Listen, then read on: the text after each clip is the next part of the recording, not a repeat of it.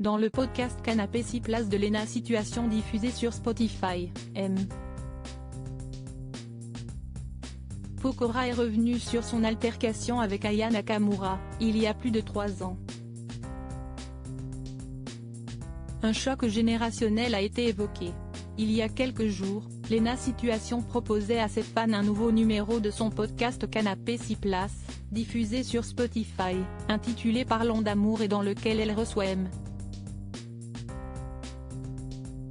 Pokora. Ce dernier a donc été amené à évoquer son couple avec Christina Milian, qu'il a rencontré en 2017 et avec qui il s'est marié en 2020, et plus largement sa vie de famille, avec leurs 2 enfants, Isaiah, 4 ans, et Kenna, 2 ans. La vie en tournée, si est un peu différent maintenant que j'ai des enfants. Le fait d'être 4 ou 5 jours par semaine quand je suis en tournée, loin de la maison de mes enfants, est un peu plus difficile. Parce qu'inclus, eux, ils me le font ressentir.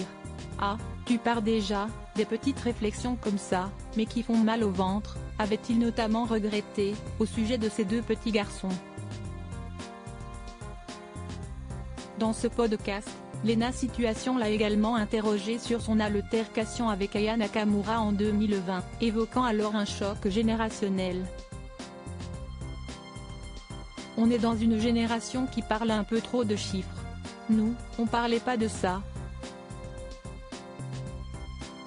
Parlez-moi de ça rempli, si est-il là le vrai succès. Si tu remplis Bercy mais pas le Zénith de Dijon, ton succès il est quand même limité. Cela veut dire que t'es très parisienne, grande ville, mais dans le reste de la France, t'as du mal.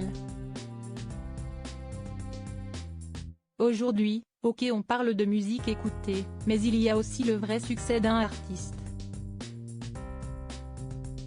A ensuite réagi l'interprète d'une photo de toi. M. Pokora, sa première réponse à Aya Nakamura. Pour rappel, Aya Nakamura n'avait pas compris sa victoire aux MTV European Music Awards, déclarant alors ceci: il a gagné pour quel son? Rien contre lui mais il n'est même pas dans le top 10. Un mois plus tard, il lui répondait sur le plateau de TPMP, soulignant alors déjà cette obsession des chiffres, de la nouvelle génération, là où elle a fait une erreur, si est quand elle parle de top 10. Si est quoi, le top 10 streaming? Non, le top 10 streaming, je n'y suis pas. Par contre, le top 10 physique, j'y suis depuis 17 ans.